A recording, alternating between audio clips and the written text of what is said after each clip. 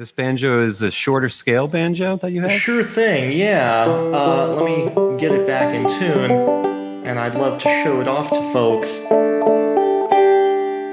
This is my favorite banjo of all, and I'm really excited to have it back in action again. This is a Henry Dobson Silver Bell banjo made in New York in the early 1880s, and it has the original Silver Bell Dobson tone ring that so many modern makers are using. I noticed just the other day that Deering made something with a Dobson tone ring, which was news to me and pretty exciting. I was glad to see that in the lineup. I love this instrument so much. It's hard to find a banjo from this period that's really super viable for hard modern play, that intonates well, that's loud enough, that's clear enough, that's durable enough, that can take steel strings, and this one just does.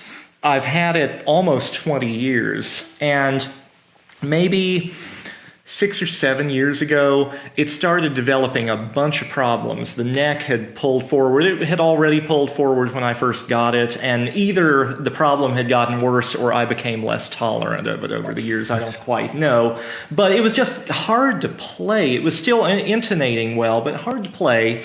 And the bridge was too low to compensate for the neck being pulled forward, so it was very quiet.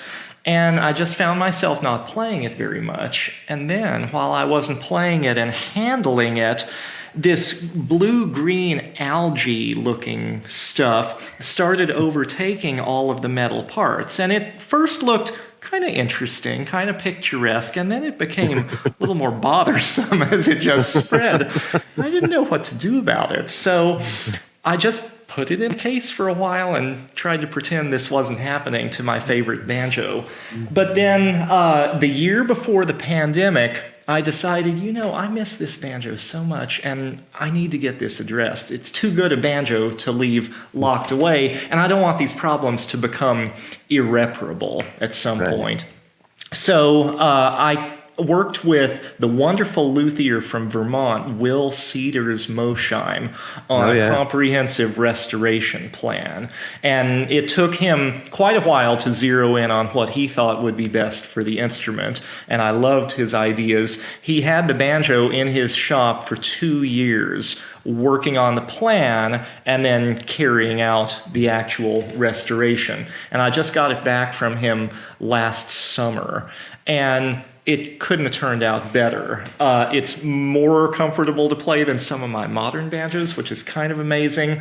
It's louder than it used to be, which makes it more useful to me if I'm playing with other people, but the character of the tone hasn't changed, and I was worried that it might, with the geometry changing. He replaced the head. It had a really old head on it that had outlived its usefulness, but he measured with a micrometer the thickness of the old head, and he found one that matched and that had a similar proportion of like transparent spots to non-transparent spots.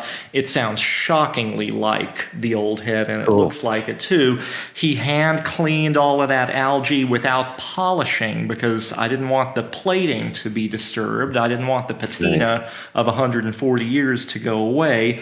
And it's just magnificent. It's clean, but it's not made new. He fixed a variety of other problems that had developed over the years, and ever since I got it back from him, it's kind of been my main banjo, the way that it used to be before I was faced with so many challenges. It's got a 25.5-inch scale, which I think is kind of unusual for an antique banjo. I feel like 25.5 inches more what has become popular in the past 20 or 30 years, maybe among the modern makers.